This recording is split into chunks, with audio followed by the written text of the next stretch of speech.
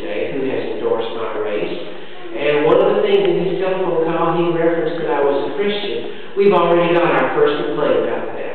We had Aaron tells me that we had someone call today, last night, who did not like the idea that I was advertising myself as a Christian. Of course, this person was an atheist. But if she calls back, we need to have prayer for that with that lady.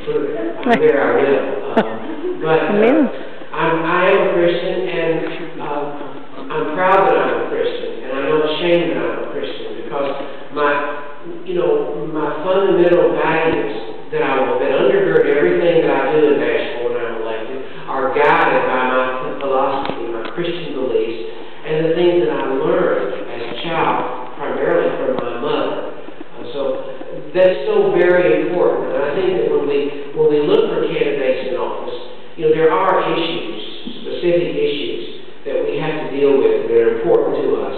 But there are certain fundamental core values that are critical, that I think are the most important thing we offer when we run for public office. But I would share those with you briefly, that I certainly believe in an absolute necessity of a faith in God.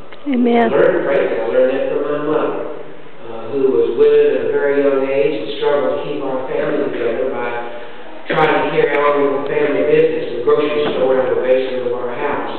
During all that stressful time, I never heard her complain. I did hear her talk about her faith, her believing faith in God, and how it carried her through those terrible times when I was just a kid. But I witnessed that and remembered it, and it certainly influenced by her example, how important it is to be a Christian and have a faith that carries you through that's with you in the valleys as well as the mountaintops. So I believe in that, and I believe in the importance of work in the free enterprise system, because my mother, who was a young mother like some of you in here, had 4 kids to take care of with her, and actually had to take, in addition to running that store out of the basement of our house, had to take a second job to keep us together. I never heard her complain about that. She took a job as a clerk, a retail clerk. She took a job as a lunchroom cook. But I never heard her complain about any of those jobs. What she did teach me was that whatever you do it right. And so that is something, and the value and the dignity of work, which is a concept I think is fading